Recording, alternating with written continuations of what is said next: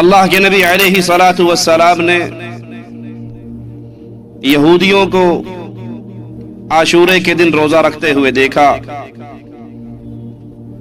ان سے پوچھا یہ کیسا روزہ ہے؟ یہودی کہنے لگے یہ شکر کا روزہ ہے، شکرانے کے طور پہ ہم رکھتے ہیں کہ آج اللہ عز و جل نے موسیٰ علیہ الصلوۃ والسلام کو نجات دی تھی، فرعون کو ہلاک کیا تھا.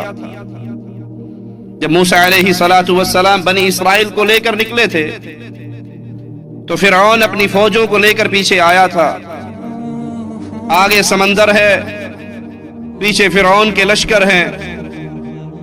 کلیم اللہ کے ساتھیوں نے کہا تھا موسیٰ علیہ الصلوۃ والسلام ہم پکڑے گئے، آگے سمندر ہے، کہیں بھاگ نہیں سکتے، پیچھے فرعون کی فوجیں ہیں، اب ہمارا کیا بنے گا؟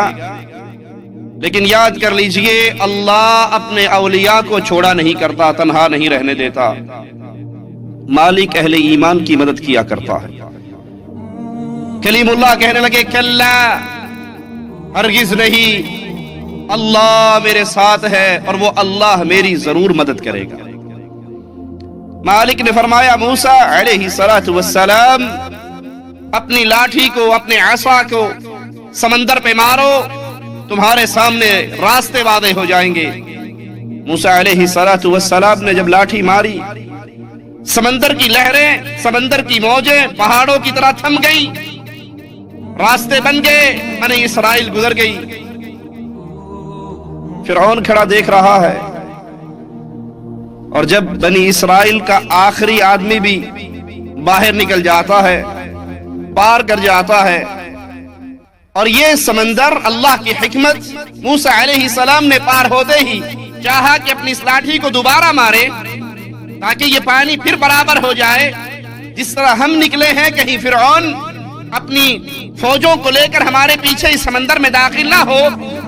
لیکن رب کی حکمتوں کو رب ہی جانتا ہے.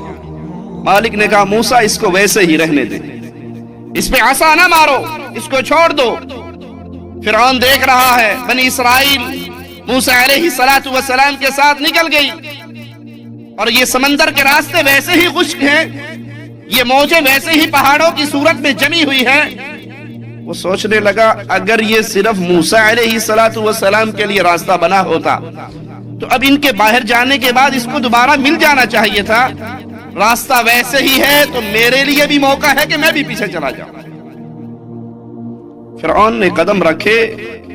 فرعون کی فوجوں کا آخری سپاہی سمندر کی لہروں کے درمیان پہنچتا ہے. جس اللہ کے حکم سے یہ پانی رکا تھا، اس اللہ کے حکم سے پانی پھر جاری ہو جاتا ہے. موت کو اپنی آنکھوں سے دیکھ کر وہ کہتا ہے اب میں ایمان لے کر آتا ہوں اس رب پر جس پر بنی اسرائیل ایمان لے کر آئے. یہودیوں نے کہا کہ آج موسیٰ علیہ الصلوۃ والسلام کی نجات کا دن ہے، فرعون کی ہلاکت کا دن ہے، ہم شکرانے کے طور پہ یہ روزہ رکھتے ہیں. امام الانبیاء، امام کائنات فرمانے لگے میں زیادہ حقدار ہوں کہ موسیٰ علیہ الصلوۃ والسلام کی نجات پر شکرانے کے طور پہ میں بھی روزہ رکھوں. تم سے زیادہ میرا حق ہے. امام کائنات نے روزہ رکھا اور پھر کہا اگر اگلے سال زندہ رہا تو اگلے سال میں 9 تاریخ کا روزہ بھی رکھوں گا. 10 کا روزہ شکرانے کے طور پہ، 9 کا روزہ یہودیوں کی دشمنی اور مخالفت کے طور پہ کہ ان سے بھی مخالفت ہو جائے.